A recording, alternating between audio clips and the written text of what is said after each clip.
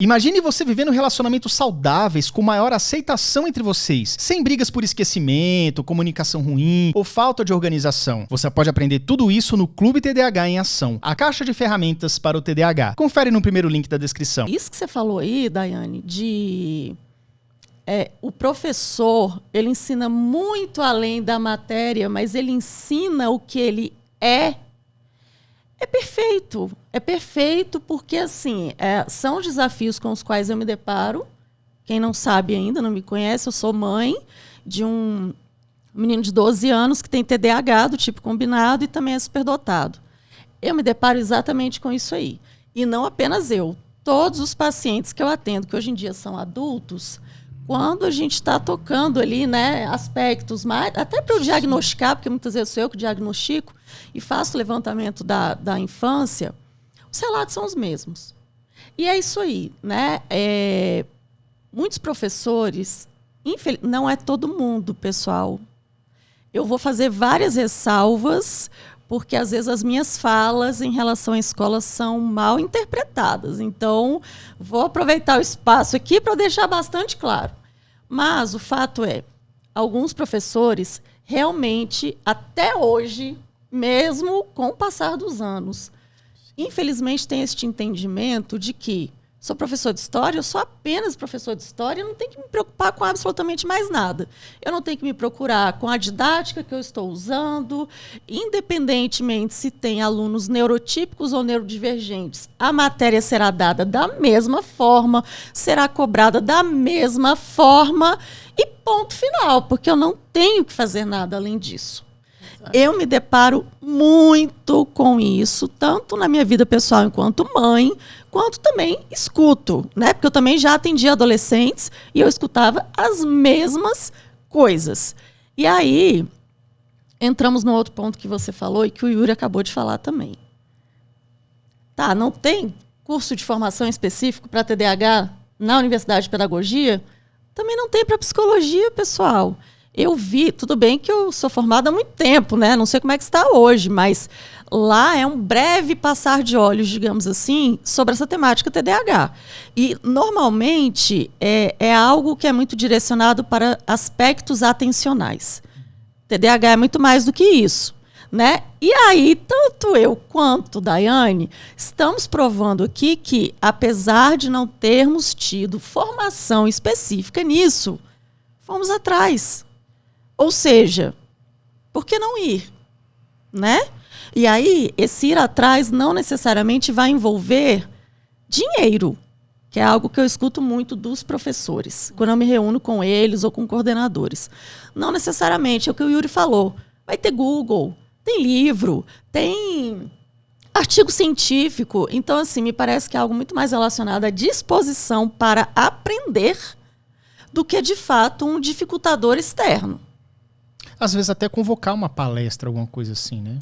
Existem palestras que podem ser dadas na escola que os professores aproveitem para aprender. Eu acho que eu vou até além, né? A pessoa ela precisa querer buscar a informação, o conhecimento, a sabedoria. Exato. E hoje, engraçado, eu estava assistindo um podcast e foi citado nesse podcast uma frase do Sócrates, né? E ele fala que a mãe dele era uma ótima parideira. Uma parideira espetacular. Mas ele fala o seguinte, que a minha mãe, né, a mãe dele, apesar de ser uma ótima parideira, tem uma coisa que ela não consegue fazer. Colocar no mundo uma criança de uma mulher que não esteja grávida. Eu não tenho como abrir a sabedoria, o interesse e a sede pelo conhecimento de uma pessoa que não tenha sede por isso. Eu vejo isso, inclusive, dentro das formações e das capacitações dos professores. Em várias escolas que eu já fui, é muito legal quando você está fazendo formação para quem está formando. Você observa um pouco de tudo. Eu observo professor no celular. Eu não estou falando de crianças. Estou falando de adultos, professores que, na minha percepção, seriam o exemplo. Tem alguns, né? Não é a maioria, tá? É um ou dois, mas é nítido.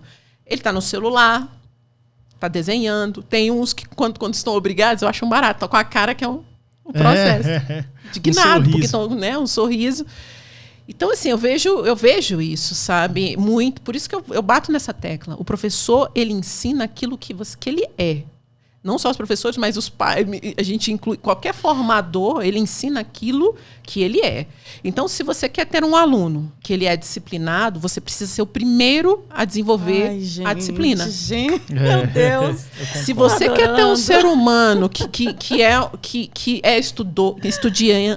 um bom estudante, que é um ledor, você precisa ser o primeiro. Gente, eu terminei esse livro aqui agora, eu adorei, faz uma resenha, escreve para os alunos. Porque se eu não ler... Quantos livros você leu esse ano? Você está entendendo? Como que você quer ter uma turma ledora? Você tem que viver e respirar a sua profissão. Porque né? você precisa ser congruente. A tua profissão, principalmente profissão de educador, e eu vejo profissão de educador como... É quase um chamado divino. Um professor... Ele é um médico de almas. Ele tem um poder na mão dele de construir ou de destruir um ser humano. Assim como os médicos, eles têm o poder de salvar, mas aí eu faço uma ressalva que os médicos, normalmente, eles trabalham na linha da doença, né? Um professor, ele forma uma alma, para o bem ou para o mal. Ou seja, isso... Você falando aí, me vem várias coisas na cabeça. Por exemplo, alguns professores excelentes que eu tive e professores terríveis que eu tive. Professores carrascos, que eu fui agredido e tudo mais. Depois professoras que viraram para mim, vendo que eu estava disperso, ajoelhou ali na carteira, ficou olho no olho comigo e falou assim, poxa, Yuri, professora novata. A outra professora me falou que você era o aluno mais aplicado da turma. Entendeu? E não era droga nenhuma, mas enfim, era uma maneira dela estar ali me incentivando. Eu falei, poxa, Yuri, tô vendo que você parou e tal, vamos continuar isso daqui. O nome disso é manejo, né? Manejo. É saber manejar. É você mostrar para aquela criança, para aquele adolescente, que ele é capaz de ser algo diferente. Eu já tive alunos expulsos de 5 escolas, num bairro aqui de Brasília chamado Águas Claras. E ele chegou para mim, você não tem medo de mim, não? Eu falei assim, não, por que eu deveria ter medo de você? Não, porque eu fui expulso. Ele criou esse rótulo para ele, né? E aquilo ali era às vezes uma proteção. A proteção que ele criou dele. Ele falou assim, cara, isso aqui é a única medalha de um Real Mérito que eu tenho. Eu fui expulso de 5. Exato, ficha... assim, que legal. E eu, por acaso, já fiz atendimentos para jovens internos, né? Dos centros de reabilitação. Né? E aí eu falei para ele, nossa, você fez... Aí eu fui contando, né, algumas vivências. Eu sempre gostei muito dessa... É chamado, né, gente? Dessa vida de inclusão mesmo, sabe? E eu sempre gostei. E eu fui contando para ele, fui trazendo ele para o meu lado, fui trabalhando... Gente, não tem como você trabalhar educação sem você construir afetividade, porque o nosso cérebro e até nosso psicólogo pode complementar. Dependendo se você está num estado de medo, ele entra no estado de luta ou fuga. Verdade. Luta ou fuga. Como é que você vai inserir aprendizado com uma pessoa em estado de alerta? Concordo plenamente. Porque ela está sofrendo bullying. E aí que tá. Vem muito disso do TDAH, porque o TDAH... Sim. E aí pegando o TDAH aqui, né? Porque é o ponto principal, mas vem todas as comorbidades e enfim... São crianças que estão numa situação de estresse. Estresse porque não está tirando nota, o fim do ano está chegando, a reprovação está batendo na porta, a cobrança dos pais, que pode ser vamos lá, meu filho, ou pode ser uma chinelada, ou pode ser um castigo severo, ou uma chacota entre os irmãos ou entre os colegas. Cara, e aí, no último da fila, ele ainda tem que se preocupar em estudar para tirar uma nota. Não vai conseguir. Porque viver sob esse tipo de estresse é uma coisa absurda. Exato. Né? E como que você vai fazer com que uma criança consiga ter um desempenho mínimo se ela está vivendo isso? Eu lembro muito bem de mim. O que me salvou muitas e muitas vezes, porque eu sei que eu dei mais trabalho para minha mãe do que minhas 2 irmãs somadas juntas. eu morava no núcleo familiar que eu morava, era minha mãe e minhas 2 irmãs e eu. E dei esse trabalho. Agora... Uma coisa que eu sei é o seguinte, a dificuldade que eu tinha, o que me resolveu foi os professores particulares, porque embora eu estivesse estressado e num looping da procrastinação todo santo dia, quando chegava a professora particular lá em casa, ou quando eu ia para lá, acabou. Aquelas 2 horas valia mais do que 1000 horas estudando em casa sozinho. E aí eu chegava e tirava meus 6, meus 7, às vezes até 9, às vezes até 10, mas eu conseguia passar. Se não fosse isso, não ia dar conta. E eu sei que nem toda família consegue fazer isso. Então, assim, se dependesse só da minha boa vontade de pegar, abrir o livro e começar a fazer, não ia rolar mesmo. Sim.